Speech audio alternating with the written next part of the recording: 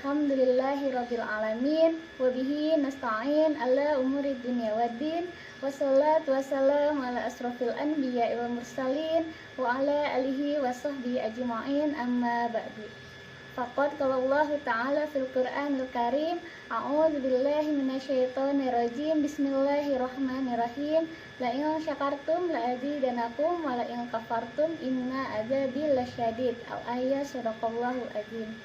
Allahumma sholli ala Sayyidina Muhammad wa ala ali Sayyidina Muhammad. Yang terhormat Guru Mata Pelajaran Sejarah Kebudayaan Islam MTS Negeri 1 Kota Bogor, yakni Abi Amirullah SPDI, serta adik-adik sekalian yang kakak banggakan. Semoga kita semua selalu diberikan kesehatan dan keberkahan oleh Allah Subhanahu wa Ta'ala. Amin ya Rabbal Alamin.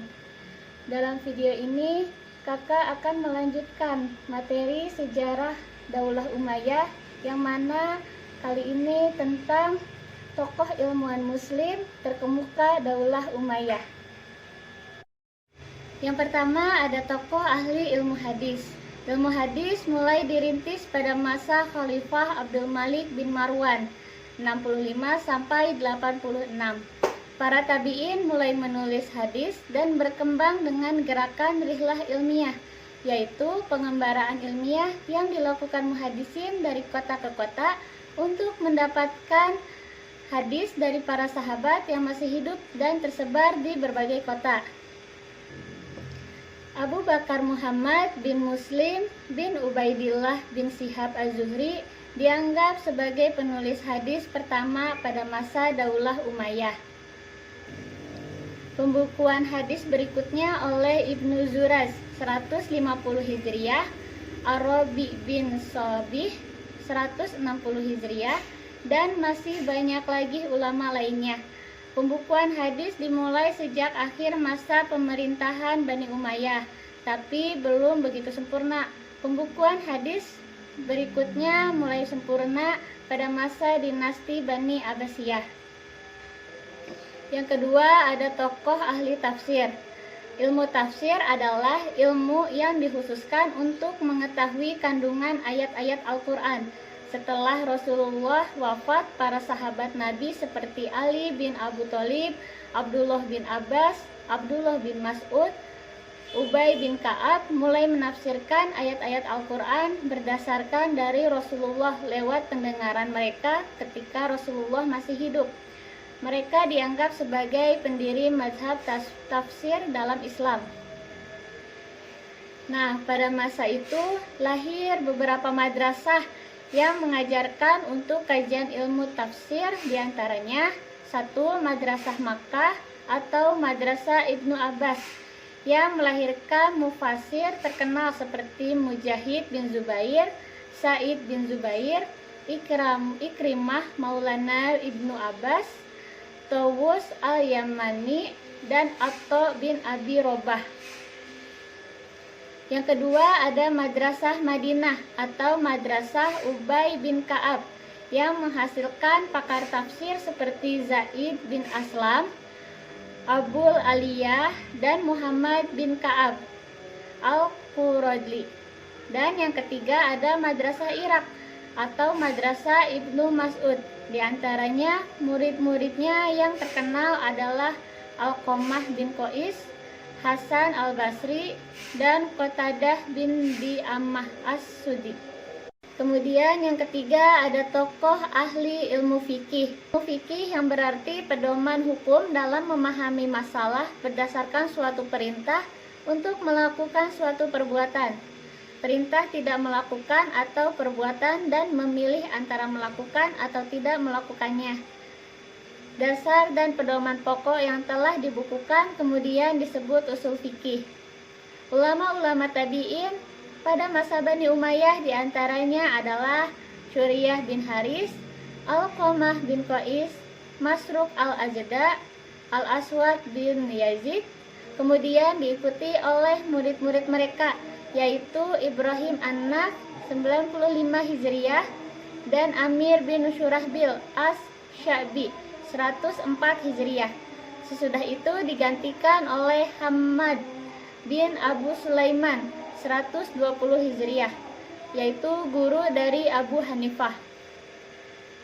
Selanjutnya yang keempat, ada tokoh ahli tasawuf. Tasawuf merupakan sebuah ilmu tentang cara mendekatkan diri kepada Allah Subhanahu wa taala.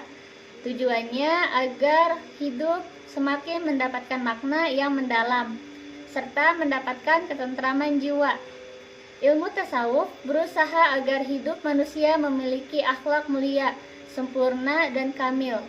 Munculnya tasawuf karena setelah umat semakin jauh dari Nabi, terkadang hidupnya tak terkendali, utamanya dalam hal kecintaan terhadap materi. Dan tokoh sufi pada masa Daulah Umayyah antara lain Sa'id bin Musayyab, Hasan al-Basri, Sufyan as-Tsauri. Dan yang kelima ada tokoh ahli bahasa dan sastra. Pada masa pemerintahan Abdul Malik bin Marwan, bahasa Arab digunakan sebagai bahasa administrasi negara. Penggunaan bahasa Arab semakin luas, membutuhkan suatu panduan kebahasaan yang dapat dipergunakan oleh semua golongan.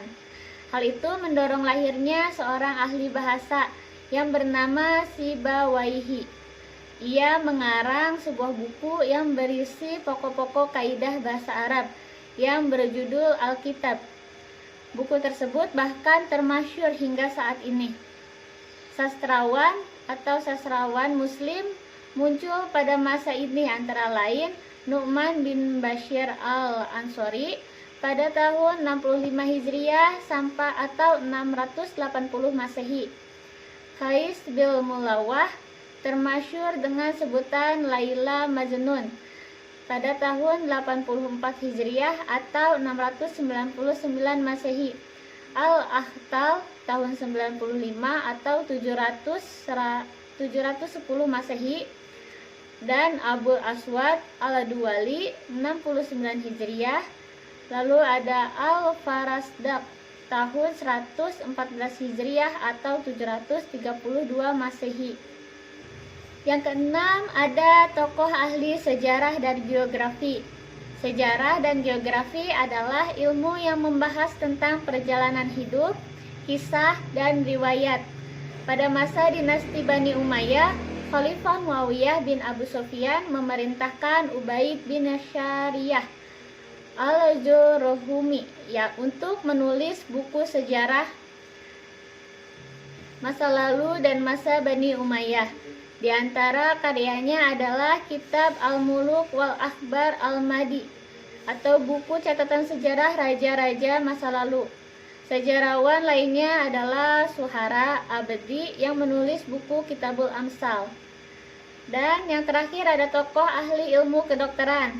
Nah, Sekolah Tinggi Kedokteran pada tahun 88 Hijriah atau 706 Masehi didirikan pada masa Khalifah Walid bin Abdul Malik. Ia memerintahkan para dokter untuk melakukan riset dengan anggaran yang cukup. Dalam rangka mengembangkan ilmu kedokteran, Khalifah meminta bantuan para dokter dari Persia. Pada lembaga inilah Haris bin Kildan dan Nazar meraih ilmu kedokteran.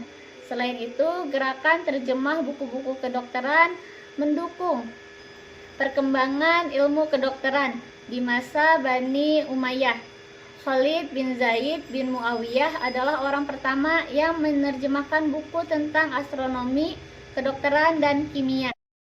Demikianlah tokoh ilmuwan terkemuka pada masa Daulah Umayyah pada 7 bidang ilmu. Yang pertama, ahli ilmu hadis, kedua ahli ilmu tafsir, ketiga ahli ilmu fikih, keempat ahli ilmu tasawuf, kelima ahli ilmu bahasa dan sastra, keenam ahli ilmu sejarah dan geografi, dan yang terakhir ketujuh adalah ahli ilmu kedokteran. Mungkin cukup sekian dari kakak, kurang lebihnya mohon maaf. Wabillahi taufiq wal hidayah. Wassalamualaikum warahmatullahi wabarakatuh.